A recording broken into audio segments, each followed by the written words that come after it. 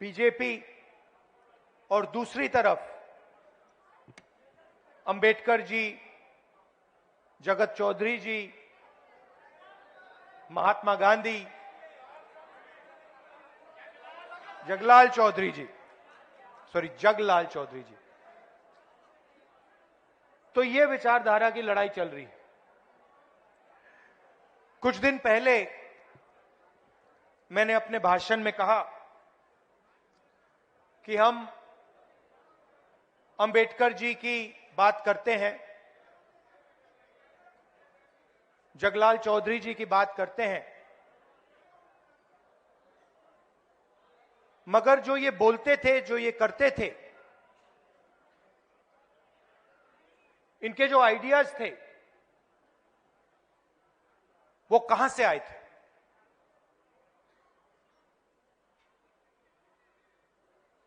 वो जो आपके दिल में जो दर्द था, दलितों के दिल में जो दर्द था, भैया भैया थोड़ा इस साइड हो जाइए,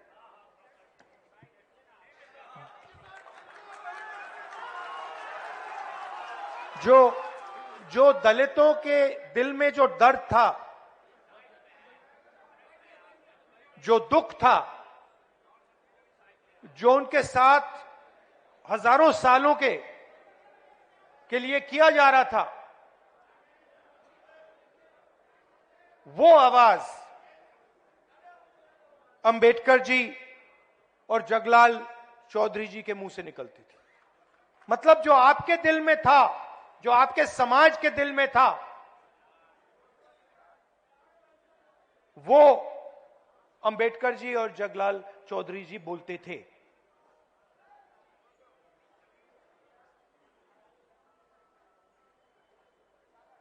आजादी मिली,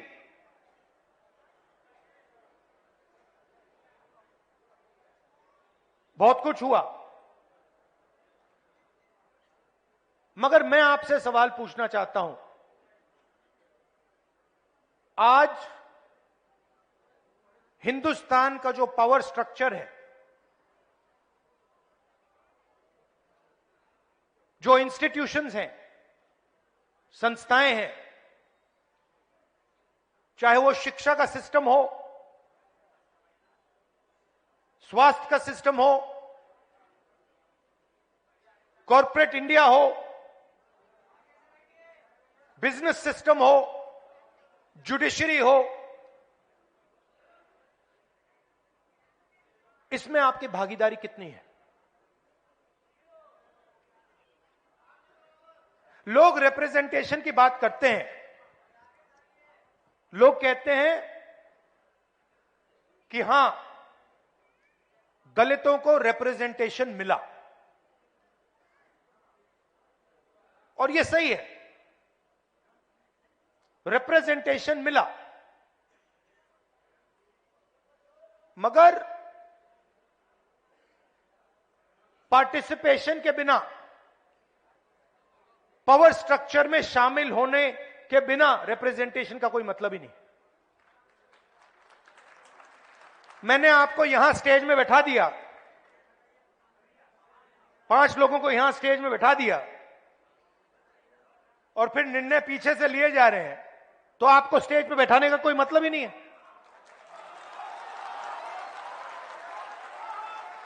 आजकल फैशन बन रहा है कि भैया देखो, एमएलए को हमने इतने टिकट दे दिए, इस जात को इतने दे दिए, उस जात को इतने दे दिए, मोदी जी बोलते हैं। हां, मगर फिर आपने जो पहले एमएलए की पार होती थी वो आपने छीन लिया। लोकसभा में आपने एमपी बैठा रखे हैं, लोकसभा का एमपी एक निर्णय नहीं ले सकता, मंत्री आपने बना दिए, मगर ओएसडी आरएसएस का बैठेगा। तो कंट्रोल का सवाल है, पार्टिसिपेशन का सवाल है, भागीदारी का सवाल है। रिप्रेजेंटेशन की जगह है, मगर मेरा सवाल दूसरा है। मेरा सवाल यह है कि मैंने कहा कि ये हमारे मीडिया के मित्र हैं। उदाहरण देता हूं, मैंने कहा ये मीडिया के मित्र हैं,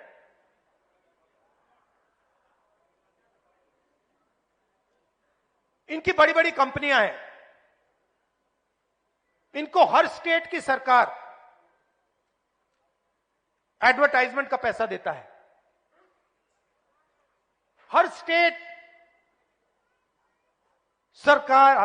की सरकार, देश की सरकार इनको एडवर्टाइजमेंट देती है। आपने देखा होगा, देखा आपने सरकारी इश्तिहार देखे ना, तो सीधा इनकी फंडिंग हो रही है, सरकार इनकी फंडिंग कर रही है। अब मैं आपसे पूछता हूं, ये बड़ी बड़ी जो कंपनियां हैं मीडिया वाली, इनके मालिकों की आप लिस्ट निकालिए, मुझे दलित दिखा दीजिए उनमें, आपको एक दलित नहीं मिलेगा। ठीक है, शायद आप लोग कहेंगे हमें मीडिया की कंपनी कंट्रोल नहीं करनी।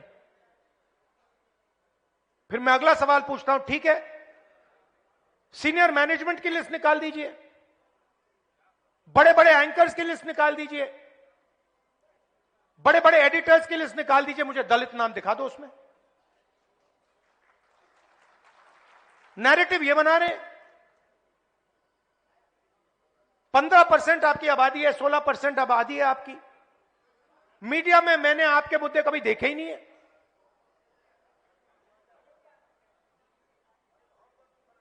मैं हिंदुस्तान के एजुकेशन सिस्टम में पढ़ा हूं,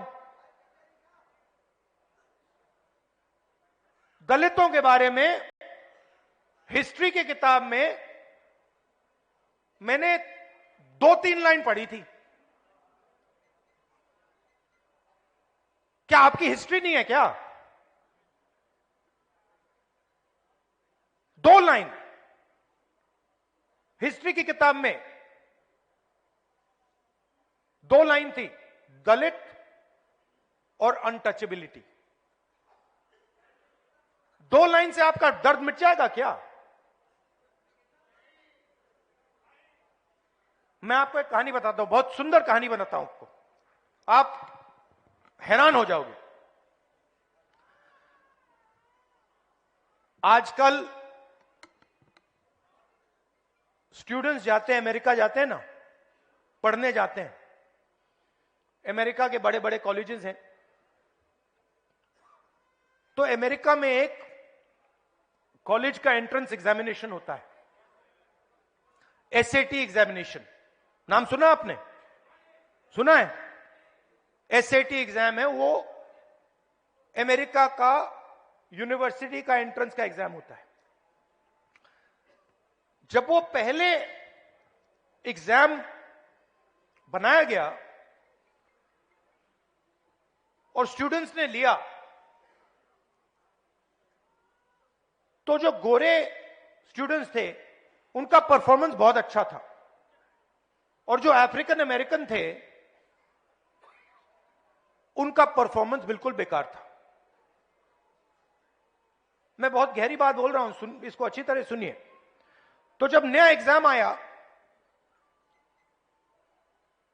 गोरों को फर्स्ट डिवीजन, सारे के सारे बेस्ट परफॉर्मर्स गोरे, और जो काली चमड़ी वाले थे, अफ्रीकन अमेरिकन थे, उनका परफॉर्मेंस बिल्कुल बेकार, वो फेल हो रहे हैं। पहले गोरों ने कहा कि गोरे लोग ज्यादा इंटेलिजेंट हैं, ज्यादा होशियार हैं, और ये जो अफ्रीकन अमेरिकन हैं ये कम होशियार हैं, ये मैथमेटिक्स नहीं समझ सकते क्योंकि इतने होशियार नहीं है। फिर एक प्रोफेसर ने चालाकी कर दी, उसने एक एक्सपेरिमेंट किया, वही एसएटी का एग्जाम, उसके जो सवाल थे उसने अफ्रीकन अमेरिकन प्रोफेसर से बनवा दिए। मतलब एग्जाम के जो सवाल थे, जो एग्जाम का डिजाइन था, उसने गोरों से नहीं करवाया, उसने अफ्रीकन अमेरिकन से करवा दिया। और फिर उसने वही एग्जाम गोरों को और अफ्रीकन अमेरिकन को दे दिया। आपको मालूम है नतीजा क्या था? सारे के सारे गोरे फेल हो गए। अब मैं आपसे पूछना चाहता हूं, हम शिक्षा के सिस्टम की बात कर रहे हैं, उस शिक्षा के सिस्टम में आपकी कोई हिस्ट्री नहीं है, आपका कोई इतिहास नहीं है।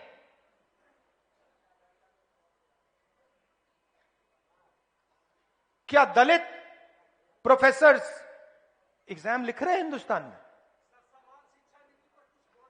बोल रहा हूं बॉस, इसलिए आया हूं, बोलने ही आया हूं मैं।